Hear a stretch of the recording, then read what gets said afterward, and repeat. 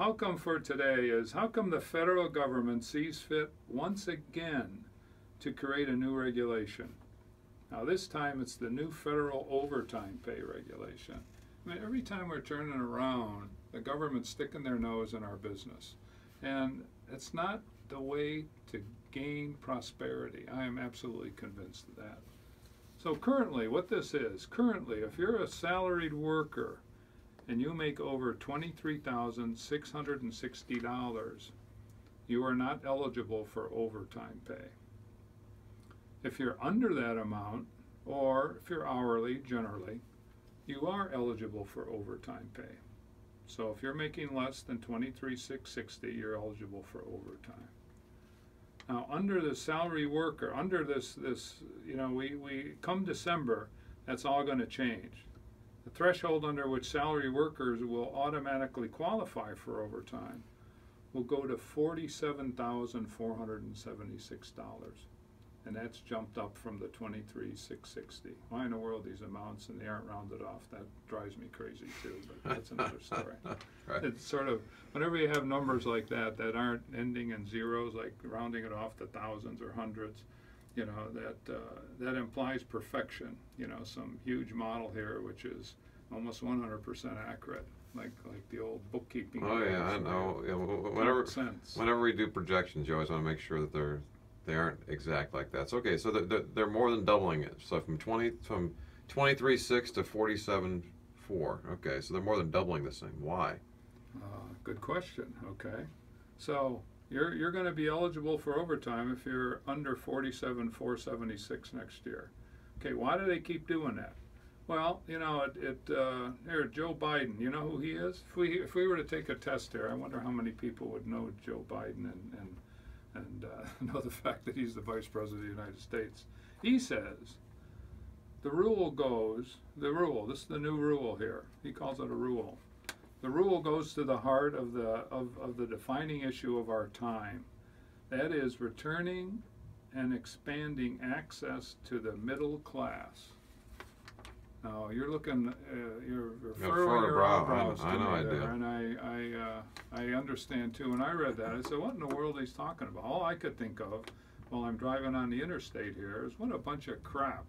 Right. So here we're going to double it, and a lot more people are going to be eligible for overtime, and basically somebody's got to pay for that stuff. Who's going to do it? How will it be paid for?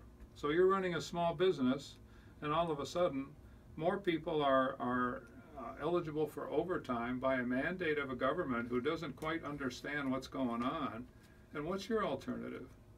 You're going to take those salary workers, the higher paid people, and put more work on their shoulders. I mean, that's one of your choices. Or you're going to hire very low-cost workers. Right, so anybody's over that number, right? How does that help the pursuit of profits? And how does that help making your company better? You know, there's no clue. I mean, they don't have a clue. So this is going to push. So what's the likely outcome here? So people are going to be making $47,477. That'll be the starting salary for anybody. Anybody, right? Anybody's below that, why put them on salary? The whole discussion, we have a discussion a lot with our clients between salary versus hourly stuff, right? And it's a different mentality.